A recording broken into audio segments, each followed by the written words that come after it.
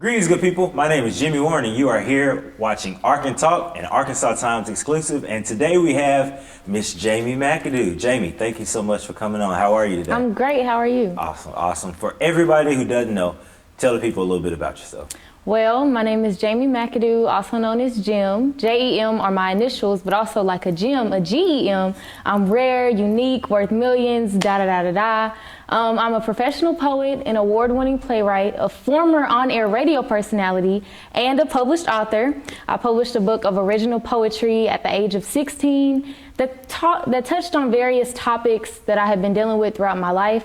I'm currently a freshman at the Jackson State University in Jackson, Mississippi, and I continue to use my voice to speak up for things that I think I should talk about. Awesome. So freshman, so you're like what, 18? Just turned 18. So accomplished playwright, artist, poet. Where do you find inspiration for all these things? Oh, I grab my inspiration from everywhere. My parents actually both worked at a poetry radio show, so I like to say that poetry is in my blood. So growing up, I would hear them practicing and sharing pieces with each other, and I would run back in my room inspired, so I started writing. So I started writing about, crushes and little kid stuff, but as I grew older and I learned more about the world, I would start writing about police brutality or inequity or the different things going on in the world. So I pretty much draw my inspiration on my own thoughts and how I see things that are going on. Yeah. So, the daughter of the great LaRon McAdoo, the hip optimist, and also Arkansas Teacher of the Year, Miss Stacy McAdoo. So I can see where education and the arts collide. What was it like growing up in that household? Right. My parents have always stressed to my brother and I the importance of education and the importance of the arts. So as you said, I'm kind of the intersection. They took us to a lot of museums and they took us all over to try to get more exposure about things going on in the city as well as globally. So we learned a lot about the news, we learned a lot about history and education and how education is the key to success. Yeah. So rewind me back, and even before last year, Miss Heritage. For those who don't know, tell them about the pageant system and how Miss Heritage actually was implemented. Well, I'm not a pageant girl. I didn't have much experience in pageants until a family friend said, you have a great talent, you're very well spoken, I think you should try this pageant. I was like, okay. So I tried Miss Heritage. It was my first pageant. I was very nervous and I won. So that was like a qualifier for me to compete in the Miss Arkansas Outstanding Teen competition. So I won Miss Heritage's Outstanding Teen, which basically is a way to bring diversity into the Miss Arkansas pageant system.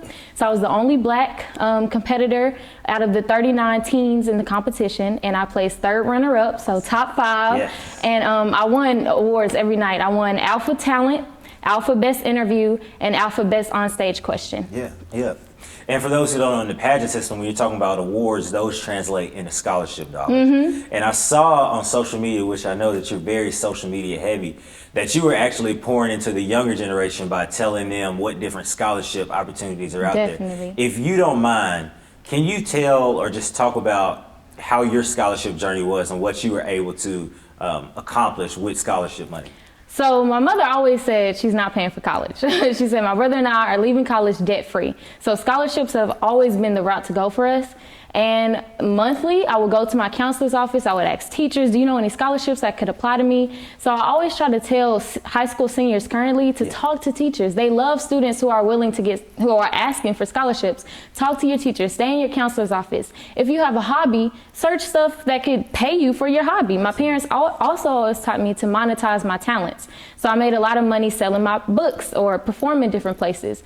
So scholarships have always been important because the money is out there. You just have to search and you just have to ask people for it. So I am going to Jackson State on a full ride, and I had $30,000+ in scholarship money. All right. That's amazing. So congrats to you. Thank you. We talked a lot about education, and there is a quote unquote crisis going on right now at Little Rock School District.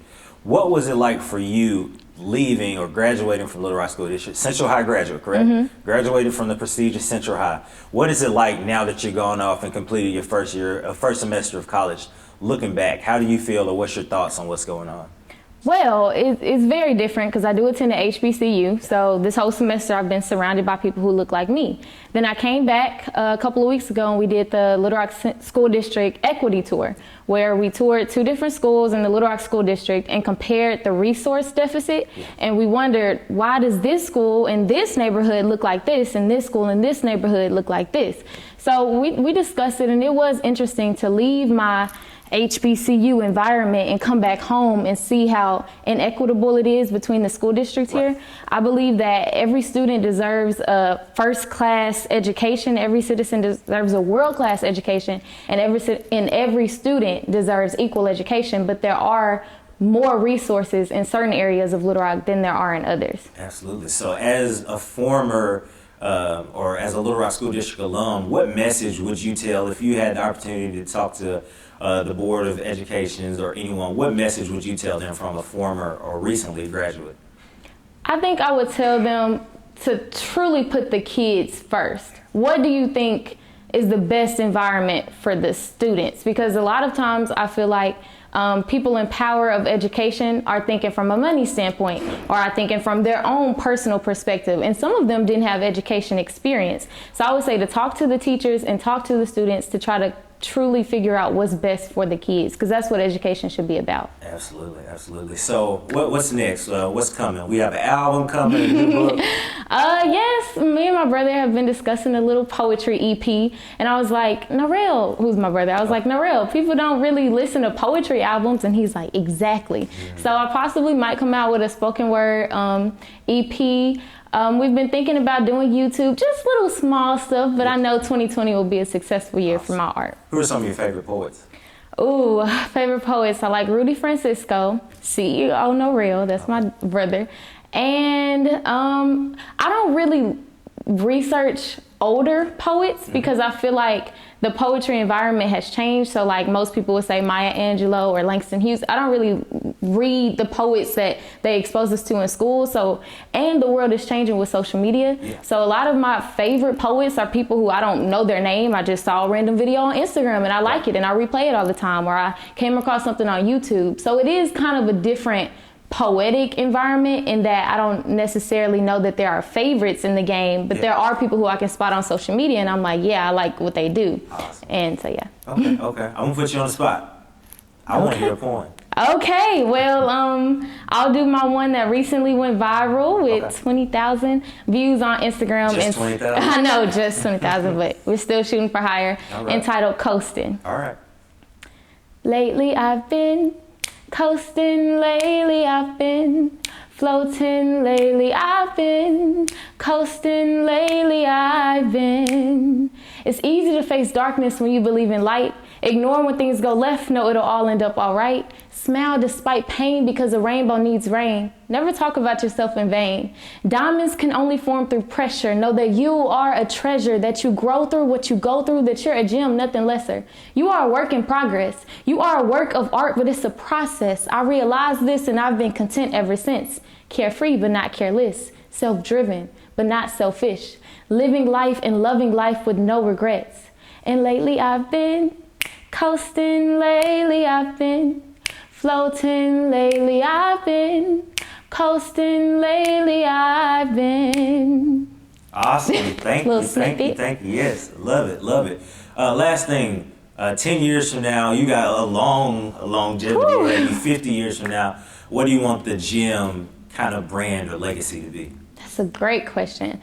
To me, gym, even though it's my name, it's my stage name, but it's more than that. It's about knowing who you are, knowing your worth, and adding tax, and believing that you can be the best version of yourself. So whenever I say, oh, I'm going back to gym, or I need to get back in my gym vibes, that's being 100% authentic and genuine to who I am, doing what makes me happy, making my spirit happy, and all about self-love and self-care and being the best version of yourself. Awesome. Thank you so much, ladies and gentlemen, the talented and accomplished Miss Jamee Mcadoo. If you look below, we'll have her social media handles as well as the 7 for 7 playlist in the blog, and we'll see you guys next week. Thank you. Thank you so much. Thank you.